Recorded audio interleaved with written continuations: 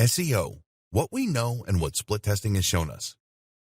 At this point, you should have a pretty good idea of how to go about using split tests in an effective manner in order to understand what works and what doesn't. But this might lead you to another interesting question. What has split testing already taught us?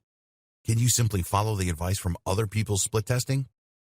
Well, yes and no. This video will explain more. Results from previous split tests. The great thing about the SEO community is that, on the whole, everyone is happy to help everyone else with free advice and information. This is one of the things that makes split testing so valuable.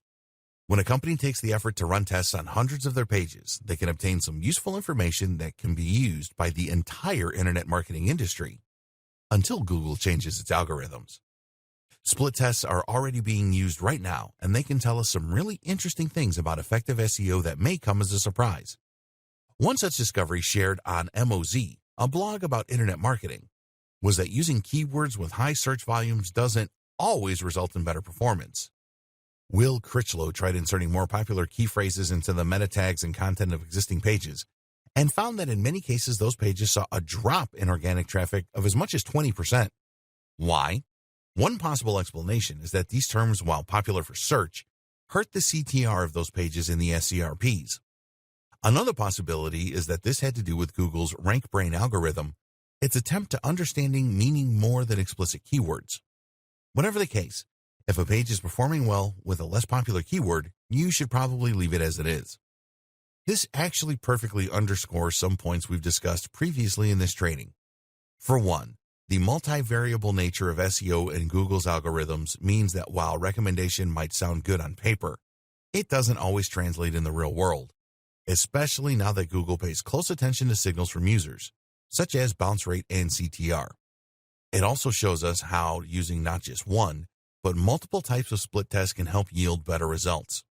The research conducted here was done using a typical matched pages method, but if they had also used a redirect, they might have been able to see if the bounce rates and CTRs were what was responsible, or if something else was at play. Hopefully, the information you have gained from this training will help you in ways such as this to get a real edge over your competition. Another discovery yielded by split testing is that around 30 to 40% of all changes recommended by SEO audits actually often make zero difference. Once again, this shows us that what works in theory or on paper doesn't necessarily hold up in the real world. And it shows us the value once more of conducting real split tests. If you run an SEO agency and you conduct an audit, then tell the company to make huge, fiddly changes across the board. And if those changes don't yield any results, this can really hurt that company's trust in you and likelihood of ordering again. So, admit ignorance and test things in a smaller way before you announce the huge changes that you think the company should make. Finally, the results from this particular effort also showed that what works for one site doesn't necessarily work for another.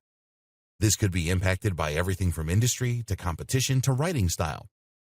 But it also means that running a split test once and forgetting all about it may not be enough. You need to test your strategy every time before you roll it out across the board.